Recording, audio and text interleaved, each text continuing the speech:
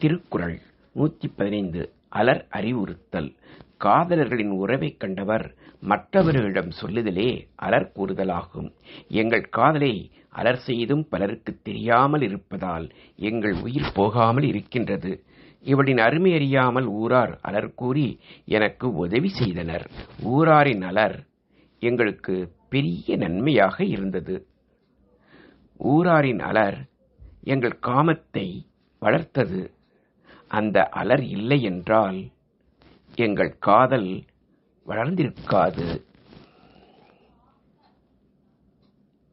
கள்ளுண்பவர் கள்ளை அருந்த அருந்த மயங்குதலைப் போல அலர் வெளிப்பட வெளிப்பட எங்கள் காமம் இனியதாயிற்று. காதலைக் கண்டது ஒரு நாள்தான். அதனால் உண்டான அலரோ திங்களை பாம்பு கொண்ட செய்தி போல எங்கும் பரவிற்று. எங்கள் காமநோய் ஊராரின் அலரை எருவாகவும் அன்னையின் கடுஞ்சொல்லை நீராகவும் கொண்டு செழித்து வளர்கின்றது. அலர் கூறி காமத்தை அடக்கலாம் என்பது நெய்யால் நெருப்பை அணைப்போம் என்று சொல்வதைப் போல ஆகும்.